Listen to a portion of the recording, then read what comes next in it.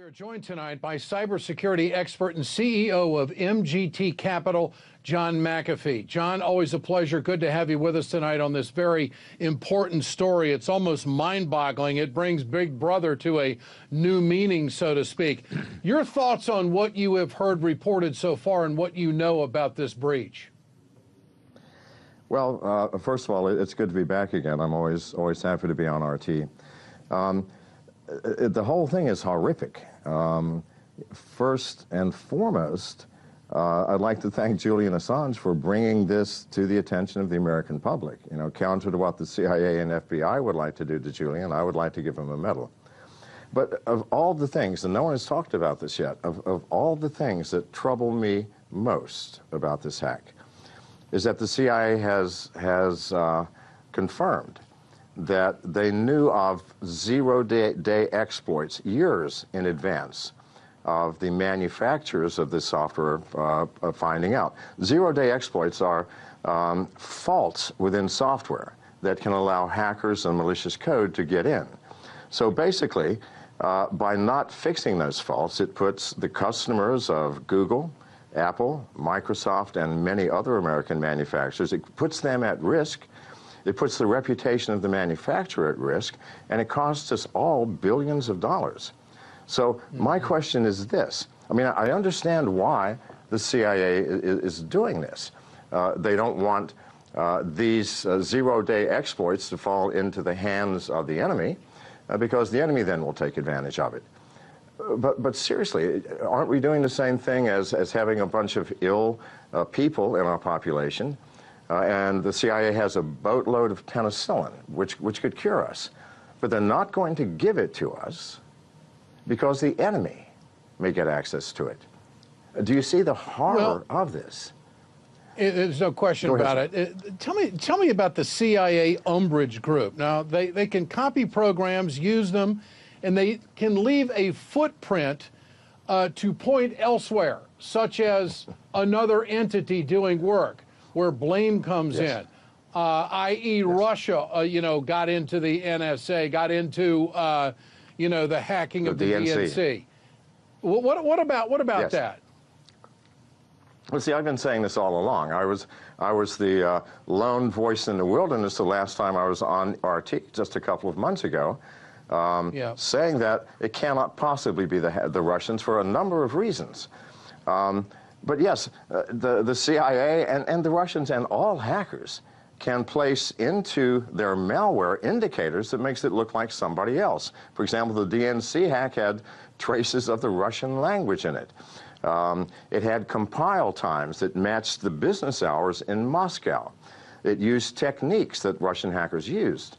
However, if it was truly Russia, the state, that did the hack, they are far more clever than to leave those traces in the program. Think about it for a minute. Also, the program was a year and a half old, so more than likely it was some 15-year-old kid somewhere, or maybe the CIA. But it could not have been Russia, and I've kept saying that over and over, and thank the Lord. The CIA has confirmed that is exactly how it works, that they make it look like somebody else.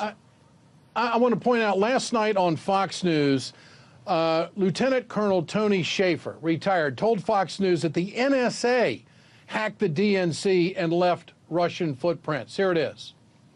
ATP 2829, the so-called Russian tool that we used to hack the DNC. Sean, we did it, not me, but our guys, former members of NSA, retired intelligence officers, use these tools to break in there and get the information out. That's what the Democrats don't want to talk about because it doesn't fit their narrative. You know that for a fact? You know the Democrats did it, or that former operatives did it, using the malware techniques that they put the Russians' fingerprints on it and make it appear like the Russians. In other words, you're telling me this whole Russian story that the media has been running with for months and months and months, and that it was our people that did it, and they just put the fingerprints of the Russians on it? That's right. And John McAfee, you were the first one that came out and said that, no, it's not Russia. Now, we've got Capitol Hill. I said it on RT itself. Go ahead. Absolutely.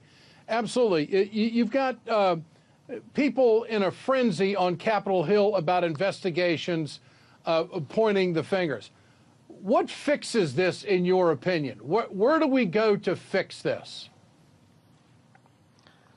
we need a new paradigm. We need a totally new paradigm. I mean, something I would, you know, if John O'Brennan and Michael Hayden, who were the past CIA directors under Obama, if they were here, I mean, I would like to say, shame. Shame on you. You are supposed to be the shepherd for the flock of American citizens, to protect us. And yet you kept from us all of those things, these zero-day exploits, for years, while we suffered and lost billions and our industry's credibility went down. What were you thinking? Yeah. What were you thinking? John, what other kind of programs do you think the CIA would have that maybe we don't know about? Well, probably the same thing that all sophisticated hackers have, whether they're state-associated or not. I'd like to point something out that's really important that people forget. When we talk about cyber warfare, we're talking about a different world than nuclear war, for example. First of all, cyber warfare can be many times more devastating than nuclear war, in a horrible way. And yet the weapons, like I understand there was over $100 billion put over the past 8 years put into the CIA's hacking division by the Obama administration.